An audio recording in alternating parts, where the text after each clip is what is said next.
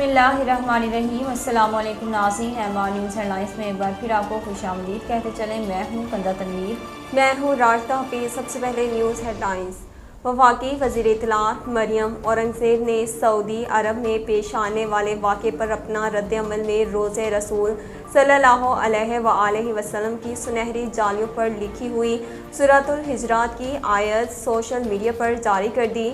मरियम औरंगज़ेब ने ट्विटर पर सूरतुल हिजरात की आयत का तर्जमा, ए ईमान वालों, अपनी आवाज़ें नबी की आवाज़ पर ऊंची ना करो और उनके हजूर ज़्यादा बुलंद आवाज़ से कोई बात ना कहो, जैसे एक दूसरे के सामने बुलंद आवाज़ से बात करते हो कि कहीं तुम्हारे अमाल बर्बाद ना हो जाएं और तुम्हें खबर ना हो, भी शेयर किया। जामे कराची में मंगल के रोज़ खुदकश मुबारक खातून की जानिब से धमाके के बाद तहकीकात और छापों का सिलसिला जारी है। गुज़श्ता रोज़ कराची के इलाके दहली कॉलोनी में महकमा इंसदाद दहशतगर्दी CTD ने दीगर कानून नाफिज करने वाले इदारों के साथ एक फ्लैट पर छापा मारा।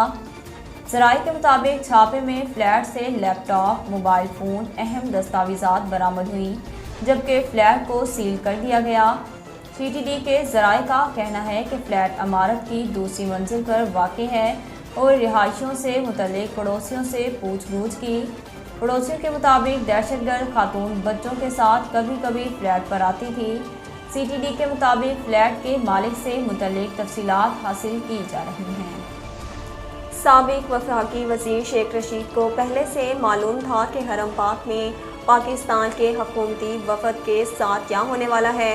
जुमेरात को एक प्रेस कॉन्फ्रेंस में शेख रशीद ने हुकूमती वफ़द के बारे में बात करते हुए कहा था कि ये लोग जब हरम पाक जाएंगे तो देखेगा लोग इनसे क्या सलूक करते हैं।